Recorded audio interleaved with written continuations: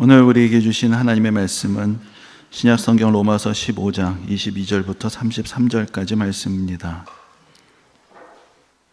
허락하신 말씀을 봉독하겠습니다. 그러므로 또한 내가 너에게 가려 하던 것이 여러 번 막혔더니 이제는 이 지방에 일할 곳이 없고 또 여러 해 전부터 언제든지 서바나로 갈 때 너에게 가기를 바라고 있었으니 이는 지나가는 길에 너희를 보고 먼저 너희와 사귐으로 얼마간 기쁨을 가진 후에 너희가 그리로 보내주기를 바람이라. 그러나 이제는 내가 성도를 섬기는 일로 예루살렘에 가노니 이는 마게도냐와 아가야 사람들이 예루살렘 성도 중 가난한 자들을 위하여 기쁘게 얼마를 연보하였음이라. 저희가 기뻐서 하였거니와 또한 저희는 그들에게 빚진 자니 만일 이방인들이 그들의 영적인 것을 나눠 가졌으면 육적인 것으로 그들을 섬기는 것이 마땅하니라. 그러므로 내가 이 일을 마치고 이 열매를 그들에게 확증한 후에 너희에게 들렀다가 서바나로 가리라. 내가 너희에게 나아갈 때 그리스도의 충만한 복을 가지고 갈 줄을 아노라. 형제들아, 내가 우리 주 예수 그리스도와 성령의 사랑으로 말미암아 너희를 권하노니 너희 기도에 나와 힘을 같이하여 나를 위하여 하나님께 빌어 나로 유대에서 순종하지 아니하는 자들로부터 건짐을 받게 하고 또 예루살렘에 대하여 내가 섬기는 일을 성도들이 받을 만하게 하고 나로 하나님의 뜻을 따라 기쁨으로 너희에게 나아가 너희와 함께 편히 쉬게 하라. 평강의 하나님께서 너희 모든 사람과 함께 계실지어다. 아멘.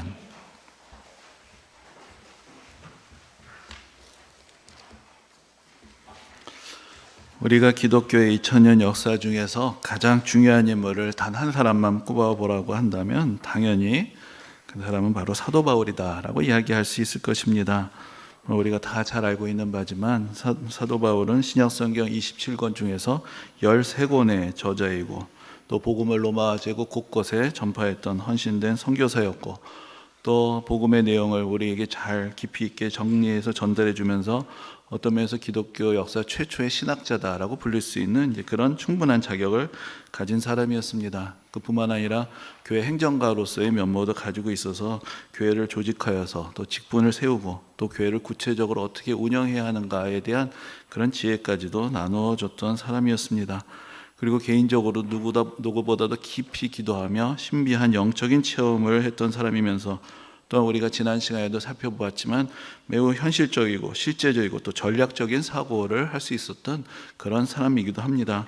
과연 우리가 교회 역사 가운데 어느 다른 사람이 이에 필적할 수 있을까 생각하기 어려울 만큼 참 독보적이고 위대하고 지금 오늘날로 보자면 대단한 권위를 가진 사도 중에 사도였다고 할 수 있는 그런 사람이라고 할 수 있습니다. 그런데 막상 바울이 사역을 하던 그 당시에 바울은 전혀 그런 대접을 받지 못했습니다. 바울이 처음 기독교 공동체의 이름을 전하게 되었을 때에는 사도로서나 선교사로서가 아니라 기독교를 핍박하는, 예수를 박해하는 그런 사람으로서 처음에 알려지게 됩니다. 그래서 처음부터 사람들은 바울에 대해서 어떤 선입관을 갖게 되었고 바울을 두려워하고 피하게 되었습니다. 그리고 이제 그가 이방인의 사도로서 부르심을 받았습니다. 완전히 변화되었고 헌신했습니다. 그래서 여러 곳에 다니면서 복음을 전하게 됩니다. 그러나 그때에도 많은 사람들이 바울의 사도로서의 권위를 인정하지 않았고 또 바울의 가르침에 대해서도 바울이 너무나 율법과 전통을 가볍게 여기고 오히려 교회를 어지럽힌다라고 바울을 비방하는 그런 사람들이 늘 있었습니다. 저는 바울에 대해서 생각을 해볼 때마다 한편으로 당시에 그 바울을 비방했던 이 사람들의 이 어리석은 확신은 어디서 오는 것인가, 거기에 대해서도 생각해 보게 됩니다. 도무지 이 사람들은 뭘 믿고 무슨 근거로 바울을 그렇게 비방을 했던 것일까? 하기에 사실 어느 시대에나 위대한 사람들은 보통 잘 알아보지 못합니다. 편협하고 옹졸한 자기 자신의 관점에서는 그 위대한 사람들의 그 위대한 정신을 이해할 능력이 없기 때문입니다. 그저 뭔가 좀 위험하고 의심스러운 인물이라고 경계하면서 그러면서 자기 자신의 짧은 경험과 사고의 능력 안에 안주하려고 하는 것, 그것이 어쩌면 많은 사람들의 모습인지 모르겠습니다. 그리고 그런 사람들의 모습을 생각해 볼 때 사실 우리 자신들에 대해서도 생각해 보게 됩니다. 지금 내 눈에 비치는 이 세상, 내 눈앞에 있는 이 사람들의 모습을 나는 제대로 이해하고 그들의 가치를 알아보고 있는 것일까? 나는 과연 위대한 사람을 위대한 사람으로, 저속한 사람을 저속한 사람으로 구분하고 판단할 능력이 있는가? 내가 만일 바울의 시대에 있었다면 나는 과연 바울의 지지자였을까? 아니면 비판자였을까? 사실 우리가 스스로 한번 생각해 보는 것입니다. 우리가 진리의 편에 서기 위해서는, 우리가 하나님의 뜻을 따르는 삶을 살아가기 위해서는 그만큼 스스로 겸손해야 되고, 내가 가지고 있는 어리석은 확신들로부터 벗어나야 하고, 자기 자신을 부정할 수 있는 그런 용기가 우리 모두에게 필요합니다. 그리고 우리의 생각과 경험이 아니라 하나님의 말씀을 우리의 삶의 기준으로 삼을 수 있는 그런 지혜, 무엇보다도 우리의 지혜를 뛰어넘는 하나님의 은혜가 우리에게 절대적으로 필요한 것입니다. 사실 바울 스스로도 그가 처음 회심했을 때, 또 그가 앞으로 교회에 어떤 기여를 하게 될 것인가 스스로 그렇게 다 깨달아 알지 못했을 것입니다. 자기 이름이 2000년 후에 이렇게까지 지구 반대편에 있는 이런 우리에게까지 알려지고 많은 사람들에게 은혜와 도전을 주게 될 것이라고는 전혀 생각하지 못했을 것입니다. 바울의 인생에서는 어떤 대단한 목표를 성취해서 내가 내 이름을 남기겠다든지, 내가 위대한 인물이 되어야 되겠다든 그런 어떤 야망이 있는 사람이 아니었습니다. 만약 그에게 어떤 목표가 있었다면, 그에게 어떤 바람이나 소원이 있었다면 그것은 오히려 자기 자신을 부인하는 것이었고, 자기가 아무것도 아니라는 것을 날마다 인정하며 자기 자신을 쳐서 복종시키는 것이었고, 오직 하나님의 부르심에 순종하는 것이었고, 자기 이름이 아니라 오직 예수 그리스도의 이름만이 존귀하게 되는 것이었습니다. 그는 그러한 삶과 그러한 믿음을 따라 살았기 때문에 오히려 역설적으로 이 세상 그 누구보다도 위대한 삶을 살았던 것입니다.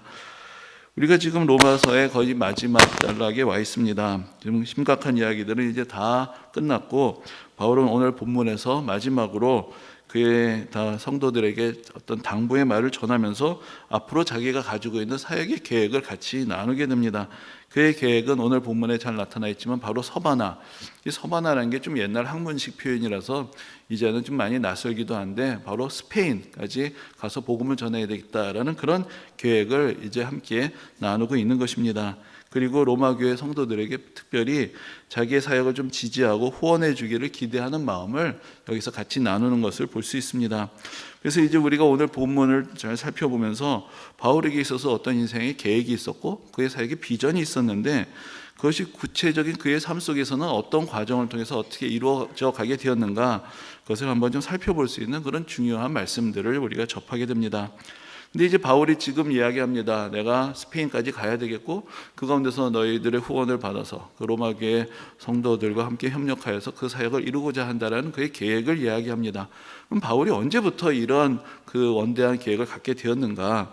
근데 우리가 사도행전의 말씀을 통해서 바울의 1차, 2차, 3차 선교행의 여정들을 쭉 살펴볼 수가 있는데, 그 말씀 가운데서 보면은 바울이 처음부터 스페인까지 가려는 그런 계획을 세웠던 것은 아니었던 것 같습니다. 근데 바울이 어떻게 해서 그렇게 복음을 전하게 되었는가? 사실 우리가 그 사도행전에 나와 있는 바울의 인생의 이야기들을 보면, 바울이 선교사가 된 것은 예수 그리스도께서 그에게 나타나셔서 그를 이방인의 사도로 부르셨기 때문입니다. 그런데 바울이 그렇게 회심하고 자기의 부르심을 알고 바로 그럼 그렇게 또 선교의 현장으로 갔느냐? 또 그것도 아니었습니다. 바울에게 있어서 이제 구체적으로 선교사로 파송이 된 것은 안디옥 교회에서 그를 이제 파송하게 되면서 일어난 것인데, 적어도 바울의 회심에서부터 안디옥 교회에서 바울이 파송받기까지는 최소한 한 15년, 어쩌면 17, 18년 이상의 세월이 흘러야 했습니다. 그동안 바울도 준비했고 기도했고 성장했고 자기의 소명들을 다시 한번 깨닫는 그런 시간들이 필요했던 것입니다.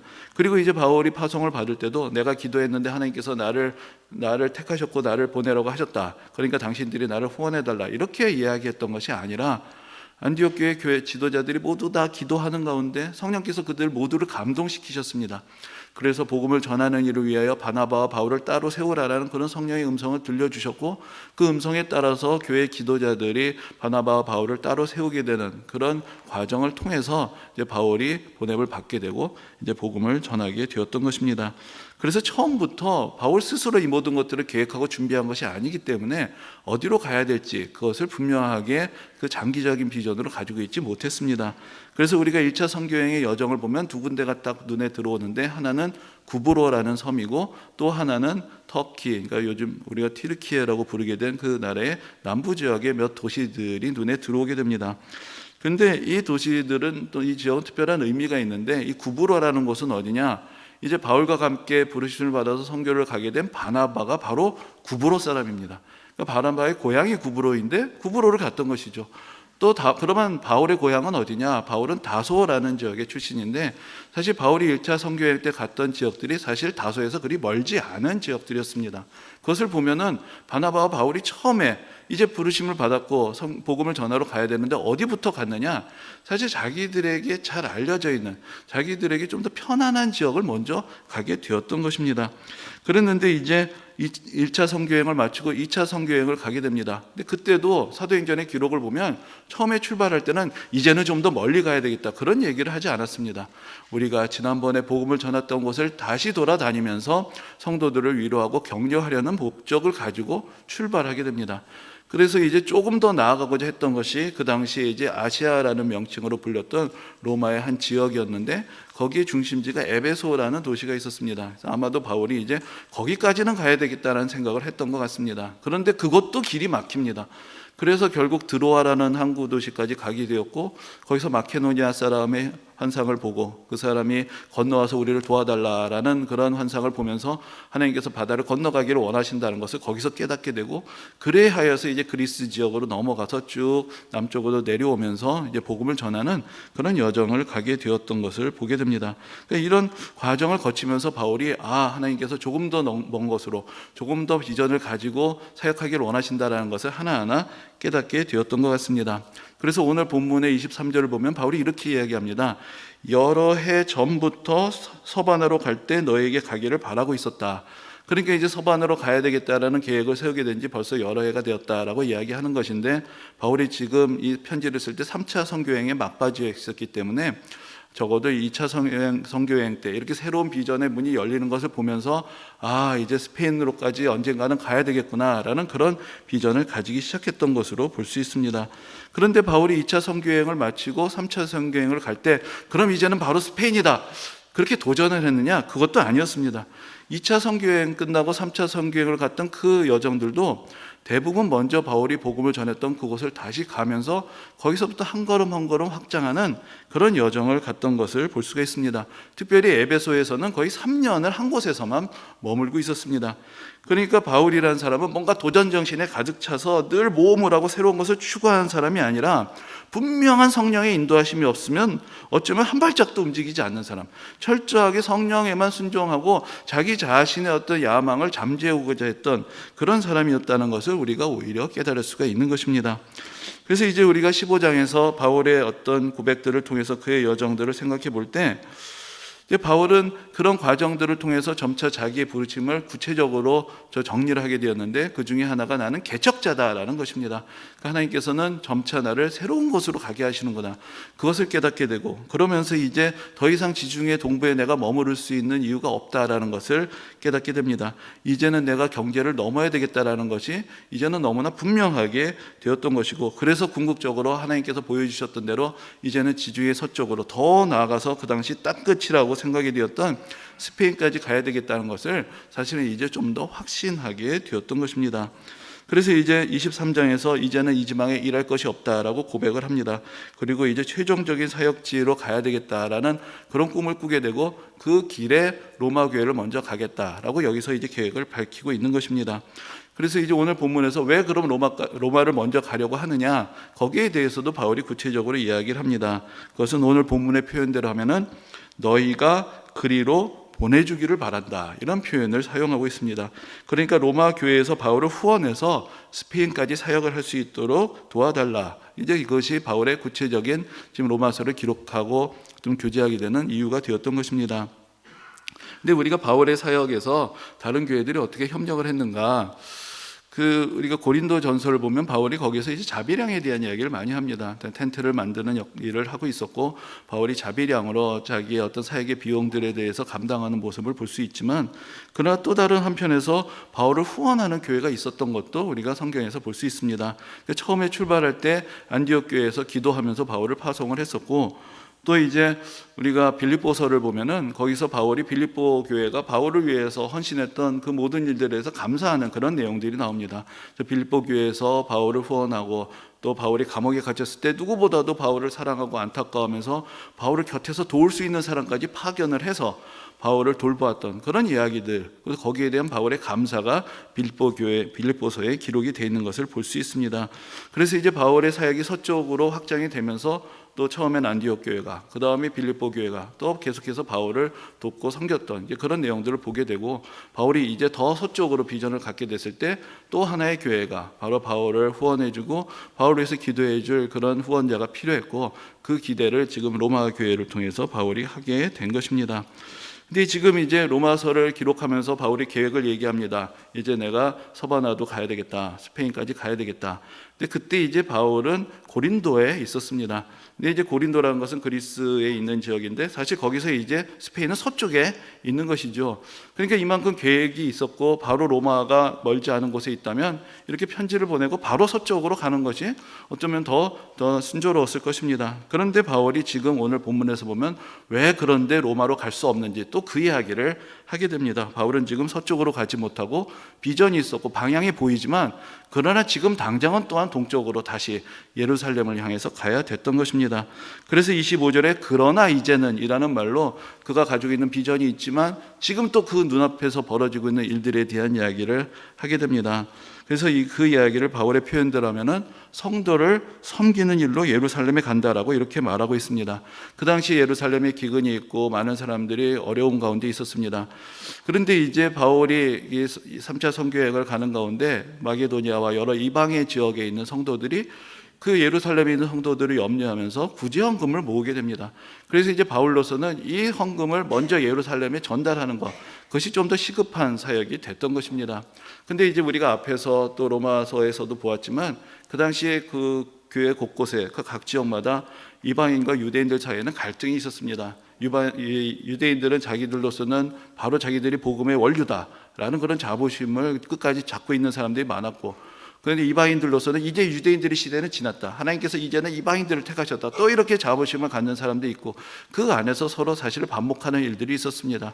그런데 너무나 아름다운 일들이 벌어지고 있는 것이죠. 이방인 성도들이 은혜 가운데서 유대인들을 사랑하고 그들을 위해서 헌금을 모으고 같이 섬기는 그런 일들이 벌어졌을 때 이것이야말로 복음의 열매였고 이제 그리스도 안에서 서로가 하나 됐다라는 것이 드러나는 아름다운 순간이었습니다. 그러니까 바울로서는 이 헌금을 예루살렘 교회에 전달해서 예루살렘 교회 성도들의 사랑, 특히 이방인 성도들의 사랑을 전함으로 유대인과 이방인들이 서로 화해하게 되고 은혜의 공동체가 되는 이제 그런 아름다운 사역들, 너무나 귀중하였기 때문에 이제 지금 스페인이 눈에 보여도 하나님께서 그 길을 열어주셔도 지금은 또 이 사역을 위해서 또 다른 여정을 계획할 수밖에 없었던 것입니다.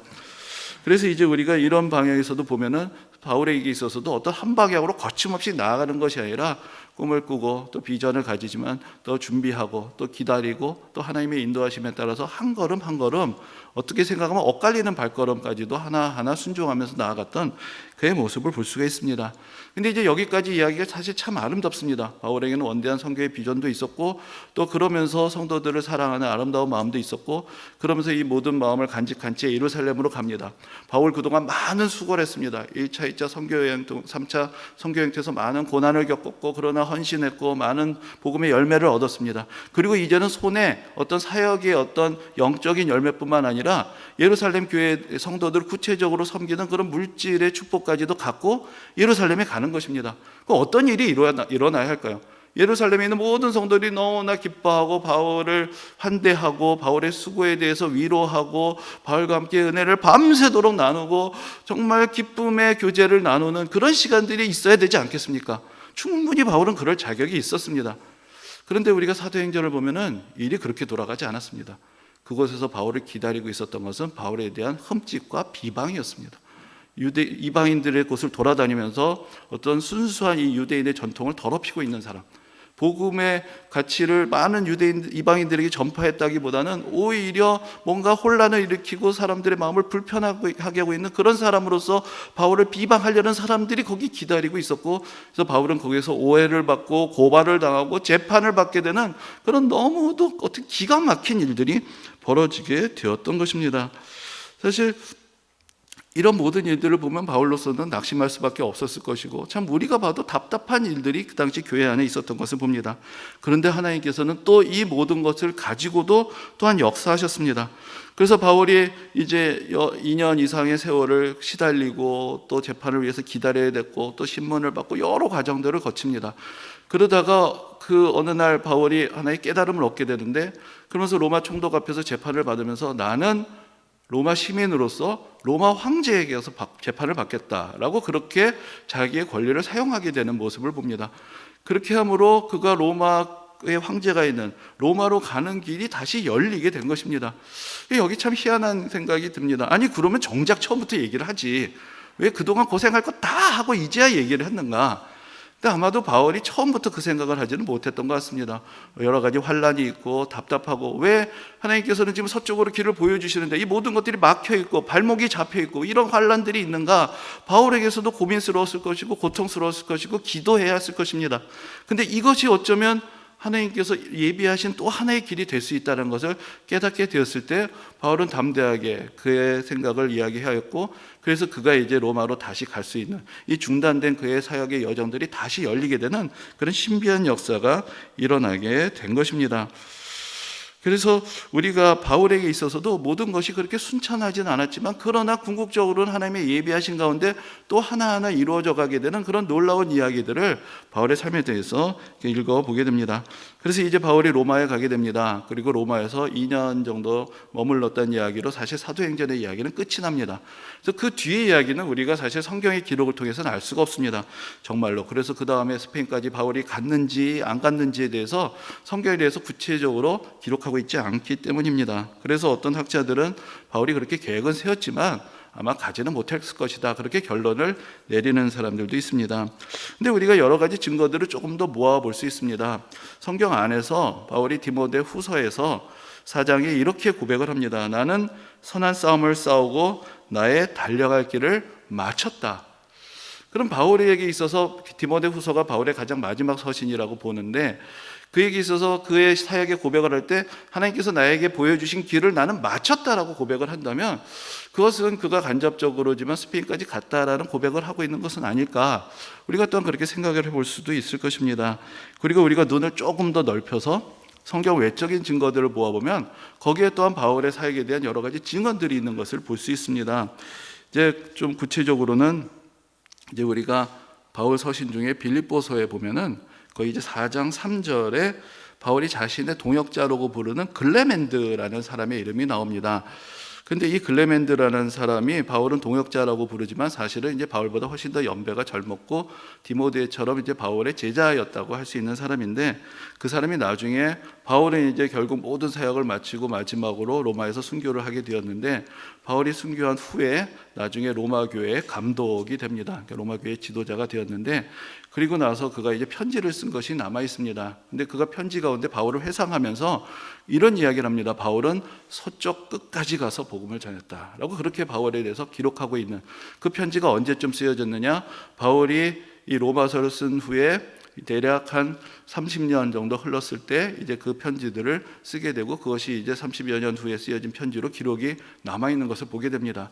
그 정도의 세월이라면 충분히, 그리고 바울의 밑에서 배웠던 제자로서 상당히 신빙성 있는 증언을 우리에게 들려주는 것이다, 우리가 그렇게 생각을 할 수 있을 것입니다. 그리고 좀 더 후대의 이야기지만 그 한 3세기 4세기에 또 교회의 어떤 기록들을 보면은 바울의 사역에 대해서 이야기를 하면서 바울이 스페인까지 갔던 것, 그 서쪽 끝까지 가서 복음을 전했던 것에 대해서 언급하고 있는 그런 자료들도 볼 수가 있습니다.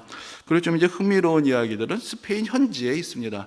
그래서 이제 스페인에서 여러 곳에 바울에 대한 전설들이 내려오고 있는데, 그 중에 하나가 이제 카탈로니아 지방에 있는 타라고나라는 지역인데, 바울이 거기로 들어왔다라는 그런 전승이 있고, 바울이 복음을 전했다라고 전해진, 그래서 바울이 복음을 전했던 그 바위 위에 세워졌다라고 하는 그런 성당이 또 지금도 있는 것을 볼 수가 있고, 어느 곳에는 바울이 누구에게 복음을 전했다, 사람의 이름이 전해져 내려오기도 하고, 바울이 이곳에 교회를 세웠다라는 전설들이 있기도 합니다. 그래서 이 이야기는 성경에 있는 이야기는 아니지만 그 지역에서 또 교회 문헌들을 통해서 내려오는 그런 전승들이라고 할 수 있습니다. 그래서 좀 흥미로운 것이 오늘 주보 표지에 우표를 하나 실어드렸습니다. 근데 이 우표가 어떤 우표냐? 스페인에서 그러니까 우표니까 어떤 교회에서 그냥 만든 것이 아니고 스페인에서 국가적으로 1963년에 사도 바울이 스페인에 도착한 1900주년을 기념하면서 만든 우표가 실제로 발행이 된 적이 있습니다. 그래서 이런 이야기들을 모아보면은 바울이 결국은 그의 비전을 따라서 스페인까지 갔구나라는 것에서 우리가 조금 더 신빙성 있는 판단을 할 수가 있을 것입니다. 그러나 거기까지 가는 여정이 어땠는가? 바울이 하나님께서 보여주시는 꿈을 따라서 바로 그곳으로 날아가서 탄탄대로를 따라서 할렐루야 하면서 갔느냐? 결국 그렇지 못했던 것이죠. 우리가 여러분 바울만큼 확신을 갖기도 어려울 것이고 바울만큼 예수 믿기 쉽지 않을 것입니다. 그렇다면 우리의 인생에서 우리가 계획했던 것들이 발목이 잡히게 되고 길이 막히게 되고 돌아가야 되고 여러 가지 어려움이 있을 때 그것이 뭔가 하나님께서 우리를 인도하시지 않기 때문에 우리를 사랑하시지 않기 때문에 그런다라고 우리가 이야기할 수는 없을 것입니다. 하나님께서 바울에게도 그러셨던 것처럼 우리에게도 하나님의 때가 될 때까지 때로는 돌아가게 하시고 때로는 기다리게 하시고 때로는 기도하게 하시고 때로는 연단하시면서 한 걸음 한 걸음 한 발짝 한 발짝 우리 길 가운데서 역사하신다라는 것을 우리는 충분히 바울의 인생을 통해서 볼 수가 있는 것입니다. 그래서 그는 분명히 그의 서쪽으로 가야 되는 것을 알면서도 동쪽으로 가야 됐고 사람들의 환대와 칭찬이 아니라 많은 사람들이 적대감에 직면해야 됐고 그를 방해하고 발목을 잡는 수많은 어려움들을 겪어야 했습니다. 그러나 그의 삶을 이끌어갔던 것은 그의 불굴의 의지도 아니었고 그의 야망이나 도전 정신도 아니었습니다. 오직 하나님을 향한 그의 순종과 믿음이 그의 인생을 그렇게 이끌어갔던 것입니다. 여러분 여기서 우리가 한번 스스로에게 질문해 볼 수 있을 것 같습니다. 바울은 그런 비전을 하나하나 발견하며 그 사역의 길을 그의 달려갈 길을 달려갔습니다. 그러면 우리에게는 지금 어떠한 삶의 목표, 신앙의 목표가 있습니까? 예전에는 그런 이야기를 많이 들었습니다. Boys be ambitious. 이 야망을 가져야 된다. 이 뭔가 우리 인생이란 것이 야망이나 목표, 도전의식이 있어서 구체적 계획을 세우고 뭔가 도전하고 노력을 해서 성취를 해야 된다. 그래야 좀 제대로 된 인생이다. 이런 생각이 많이 있었습니다. 그런데 점차 우리에게 있어서 그런 삶은 좀 더 낯설어지는 것 같습니다. 이제는 어떤 거창한 목표나 희망이 오히려 내 자신을 더 초라하게 만드는 것 같이 느껴지는 그런 경우도 있고 거창한 희망을 얘기하고 뭔가 대단한 비전을 이야기하던 사람들에게 너무나 우리가 많이 실망도 했고 상처를 받기도 했습니다. 그래서 그보다는 조금 더 확실한 삶의 작은 목표들, 작은 행복들을 추구하는 그런 소확행의 시대다. 뭐 그렇게 이야기를 하기도 합니다. 그런데 여러분, 우리가 그런 양당 간의 오류에서 벗어날 수 있어야 합니다. 내가 뭔가 대단한 야망을 가지고 계획을 대단하게 세우고 그것을 성취해야만 내 인생이 성공한 인생이냐? 그것도 아닙니다. 그러나 그렇다고 해서 내 인생을 그냥 내버려두고 향방 없이 흘러가는 대로 흘러가도 되느냐? 그걸로 그냥 만족해야 되느냐? 그것도 아닌 것입니다.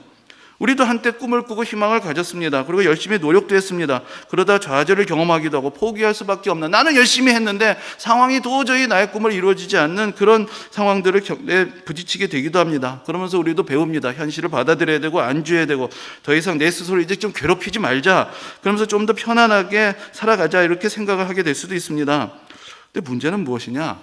그럼 내가 이제 그렇게 크게 도전을 안 하겠다. 무리하지 않겠다. 나는 이제 조용히 평안하게 살겠다 하면 평안하게 살 수 있습니까?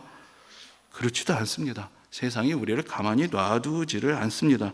내 인생에 오히려 뿌리가 없고 견고한 믿음의 근거가 없이 그냥 나는 그 제자리에 그냥 뭐 있으려고 해도 사방에서 사실 우리를 건들고 흔들고 그래서 우리는 우리 자신을 방어해야 되고 지켜야 되고 붙들리지 않는 곳조차 어떻게든지 잡아야 되는 그래서 우리가 견뎌낼 수밖에 없는 여러 가지 시련들이 또한 뜻하지 않는 방향에서 계속해서 우리를 흔들게 되는 것을 볼 수 있습니다.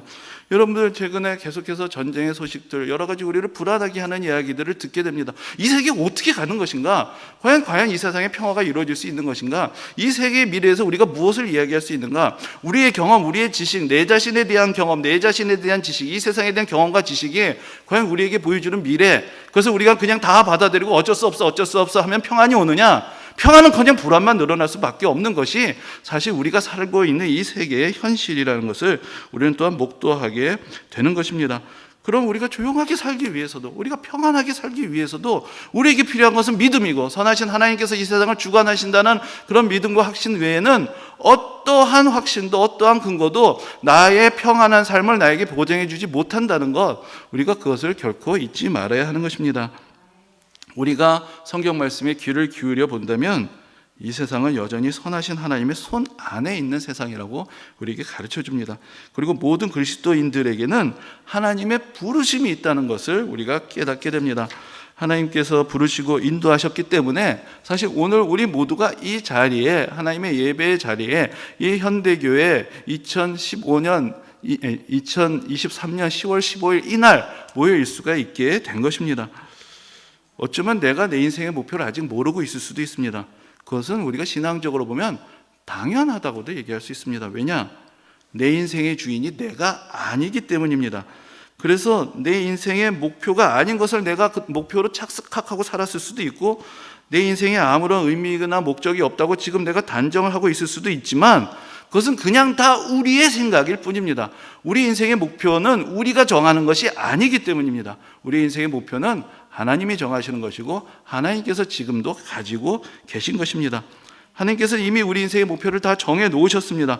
각각의 구체적인 삶의 과정들이 다르다 할지라도, 삶의 모습이 다르다고 할지라도, 모든 그리스도인들에게는 우리가 궁극적으로 하나님 말씀에 순종하며 하나님 나라에 이르게 되는 그런 인생의 여정이 이미 정해져 있는 것입니다. 하나님께서는 그 가운데서 우리를 연단시키십니다. 성숙시키십니다. 우리를 때로 흔들기도 하십니다. 그러면서 우리가 더 온전한 인격과 신앙을 가지고 예수 그리스도를 본받는 믿음의 삶에 이르도록, 그 믿음의 길을 완주하도록 우리를 도우고 계십니다. 그리고 우리를 통해서 우리 스스로만이 아니라 우리의 이웃들에게도 이 은혜의 빛을 전하기를 원하시는 것입니다. 하나님의 은혜의 손길이 지금도 우리를 붙들고 계시고 우리를 통해서 역사하십니다. 바울은 그가 그렇게 수고했지만 이 세상에서 그가 받아야 될 환대를 받지 못했습니다. 그러나 우리 모두에 대해서는, 우리의 이 세상의 모든 수고에 대해서 칭찬하시고 위로하시고 환대하시는 하나님의 은총이, 하나님의 사랑이 하나님 나라에서 우리를 영접하시는 그날에 우리 모두에게 약속이 되어 있는 것입니다. 우리 인생은 그냥 거저왔다가 거저가는 인생이 아닙니다. 그렇다고 무슨 대단한 야망을 성취해야만 의미를 부여받게 되는 그런 인생도 아닙니다. 우리는 이미 하나님의 부르심과 인도하심 안에서 살아왔습니다. 그리고 앞으로도 그럴 것입니다. 하나님의 말씀 안에서 우리 인생의 의미와 목표를 찾는 것, 그것이 우리에게 남겨져 있는 과제인 것입니다. 우리가 오직 순종과 인내로 하나님의 인도하심을 따라갈 때에 우리에서 예비하신 선한 열매들을 우리는 우리 인생의 길을 통해서 맺게 되는 그런 축복된 삶을 살아가게 될 것입니다. 이 은혜가 모든 성도님들에게 함께 하시기를 주님의 이름으로 축원합니다. 아멘.